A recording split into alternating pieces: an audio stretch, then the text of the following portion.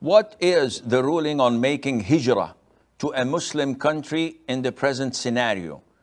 So here I don't know what scenario you're talking about, but generally speaking, a Muslim living in a non-Muslim country has a choice between staying and migrating to a Muslim country.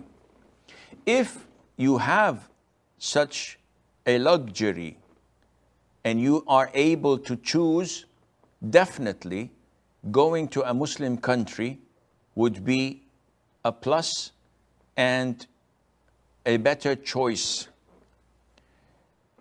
People would argue and say, but Sheikh, if we live in the West, in a kafir country, we have social security, we have good roads, we have discipline, we have policies and procedures that are practiced and not simply put there for PR reasons.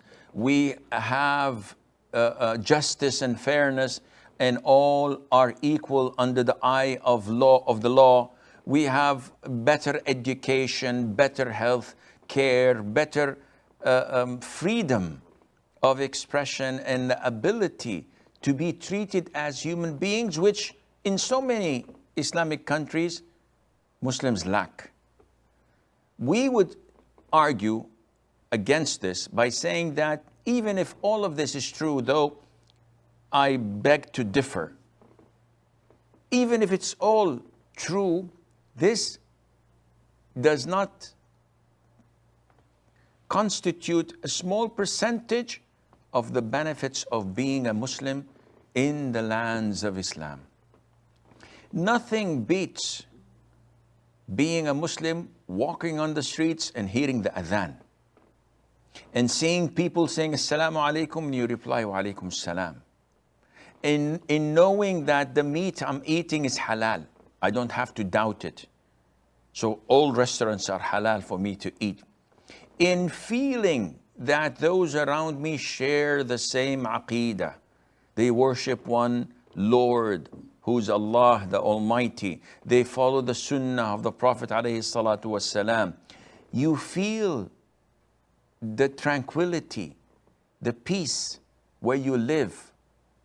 At the same time, you rarely see someone dying out of hunger or someone that is homeless in Muslim countries, because they come together and they give food to those who are needy.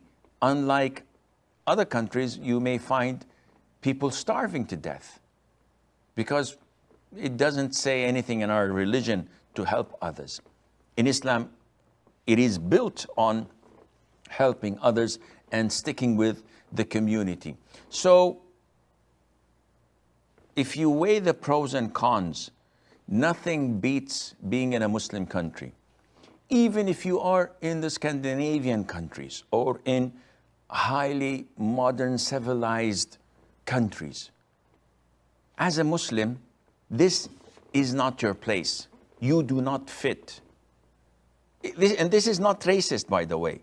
This is something that is related to our conviction and belief. Would I allow my child who's 10, 12, 14 years of age to go to public schools where they force them to have their physical education class mixed together, swimming in a swimming pool, wearing bathing clothes? Would I have my child go to such a school where they don't have halal and haram, where free mixing is permissible, where it is okay to have relationships, kissing, hugging, dating, sexual intercourse? Would I take my children to schools where they teach them that homosexuality is a normal thing? To have a relationship between a man and a man, a girl, a woman and a woman is totally legit. To be heterosexual, to teach them how to use condoms and how to refrain from STDs, etc. A'udhu billah. At an early age, I exposed my child with my own hands to such filth and expect my child to grow up to be a practicing Muslim? This is unbelievable. So living in such kafir countries has its merits. No argument in that. But at the same time, it comes with a very high cost, a very high price, which real Muslims would not be willing to pay. They would not jeopardize their children's Islam and safety just for a passport. While they can stay in their Muslim countries, yes, maybe a bit poor, not that highly educated, the infrastructure is awful, so much corruption in the government, so much insecurity in the terms of justice, etc. But still you are a Muslim, living among the Muslims. In the West, you try to discipline your child.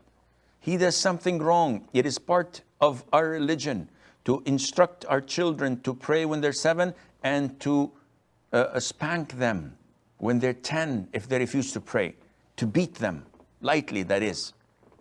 If you do this, they'll take your child and give it to social welfare or whatever, and they'll give it to a Christian family.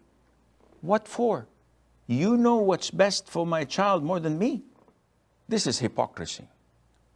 And then when the child does something heinous, or when the child grows up to be a teenager and starts shooting people in a mall, and they say, well, this is due to video games. No, this is due to your rotten way of upbringing your children. There is no discipline. There is no respect. There is no order in how you upbring your children. All what you care about is feeding them, clothing them, and letting them follow their desires. But this does not make a healthy society nor a healthy person. Therefore, again, nothing beats moving to a Muslim country despite all what they say. And look at some major and great and superpower countries. People could easily die on the streets because they don't have Medicare. They don't have medical insurance. Why? Because they can't afford it. So where is the justice? Where is fairness? You don't have money, you don't have an insurance, you die. Or spend the rest of your life paying. In Muslim countries, alhamdulillah, there are government facilities, hospitals, and you can be treated for free. So don't believe everything you hear, but at the same time, nothing beats living among the Muslims